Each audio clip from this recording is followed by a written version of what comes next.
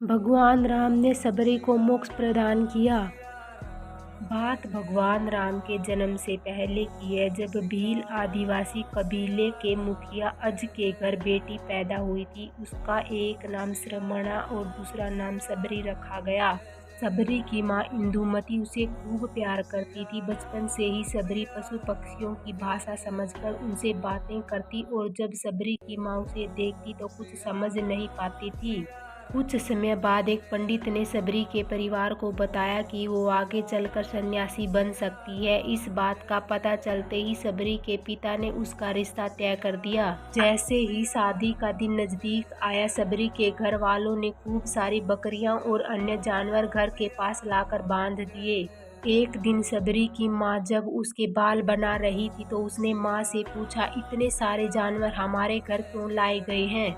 माँ ने जवाब दिया, बेटी तुम्हारा विवाह होने वाला है, इसलिए हम लोगों ने इनका इंतजाम बलि के लिए किया है। तुम्हारी शादी के दिन ही बलि प्रथा होगी और फिर इनसे स्वादिष्ट भोजन बनाकर सबको परोसा जाएगा। यह सब सुनकर सबरी दुखी हो गई। काफी देर तक सबरी ने उन जानवरों को आजाद कराने के बारे में सोचा। सोचते सोचते सबरी के मन में हुआ कि अगर ये जानवर यहाँ नहीं होंगे तो इनकी बलि रुक सकती है। ऐसा नहीं हुआ तो मेरे घर से कहीं चले जाने पर ही यह बलि रुकेगी।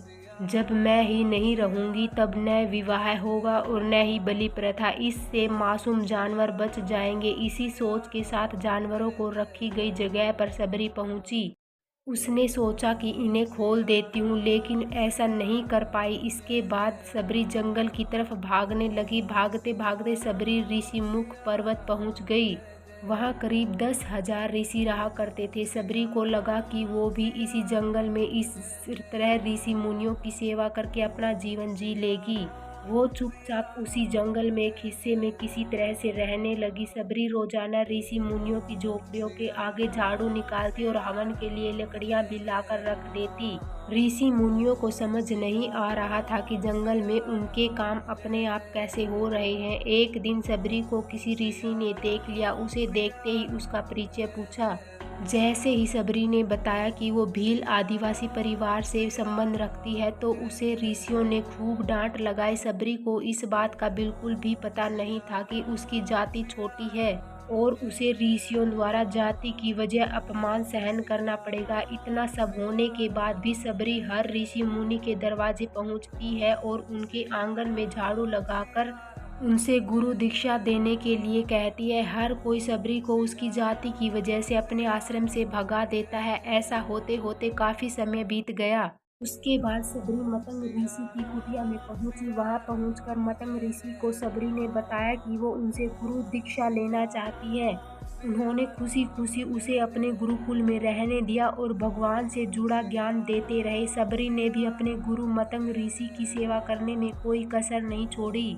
वो गुरुकुल के सारे काम करती थी। सबरी से खुश होकर मतंग ऋषि ने उसे बेटी मान लिया था। समय के साथ मतंग ऋषि का शरीर बूढ़ा हो गया।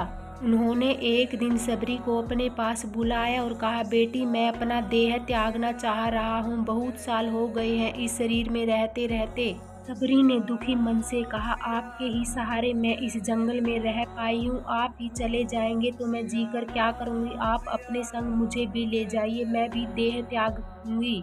मतंग ऋषि ने जवाब दिया, बेटी तुम्हें चिंता करने की जरूरत नहीं है। राम तुम्हारी चिंता करेंगे और ध्यान भी रखेंगे। सबरी ने राम का नाम सुनने के बाद पूछा, वो कौन है और उन्हें मैं किस तरह से ढूंढूंगी?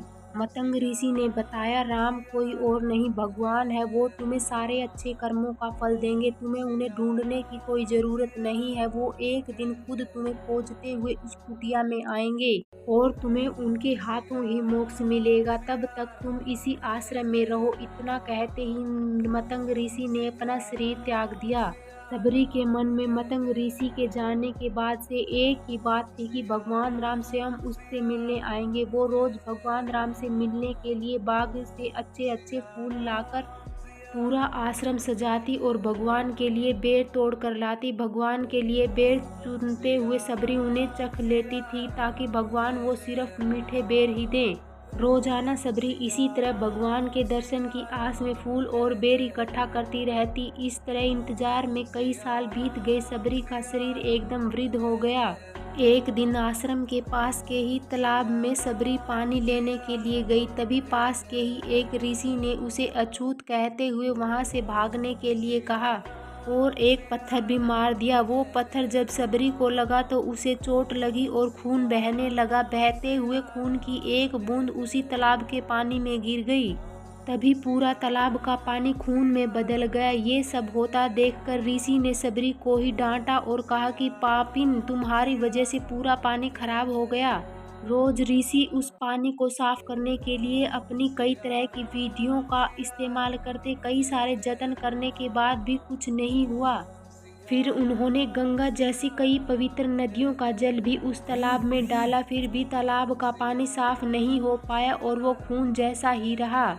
कई सालों तक तालाब के पानी को साफ करने की कोशिशों के बाद भी कुछ काम नहीं आया तो ऋषि ने थककर सब कुछ छोड़ दिया। इस घटना के कई सालों के बाद भगवान राम अपनी पत्नी सीता के हरण के बाद उन्हें ढूंढते हुए उसी तालाब के पास पहुंचे। ऋषि मुनियों ने उन्हें पहचान लिया। भगवान को वहां देखकर ऋषियों ने तालाब का पानी साफ करने के लिए भगवान को अपने पैर उसमें डालने के लिए कहा, लेकिन पानी जैसे का तैसा ही था। ऋषि मुनियों ने भगवान से भी कई अन्य जतन करवाए, लेकिन वो पानी जस का तस खून जैसा ही रहा। तब भगवान ने ऋषियों से पानी के रक्त में बदलने की कहानी पूछी। तब ऋषि ने सबरी को पत्थर मारने वाली सारी बात बता दी।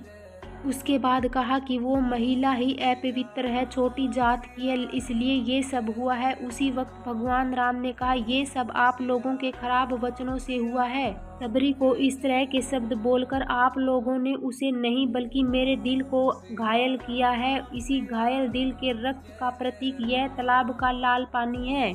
आगे भगवान राम बोले, कहाँ है वो माई, मैं उनसे मिलना चाहता हूँ। तब तक सबरी उसी तालाब के पास पहुँच जाती है।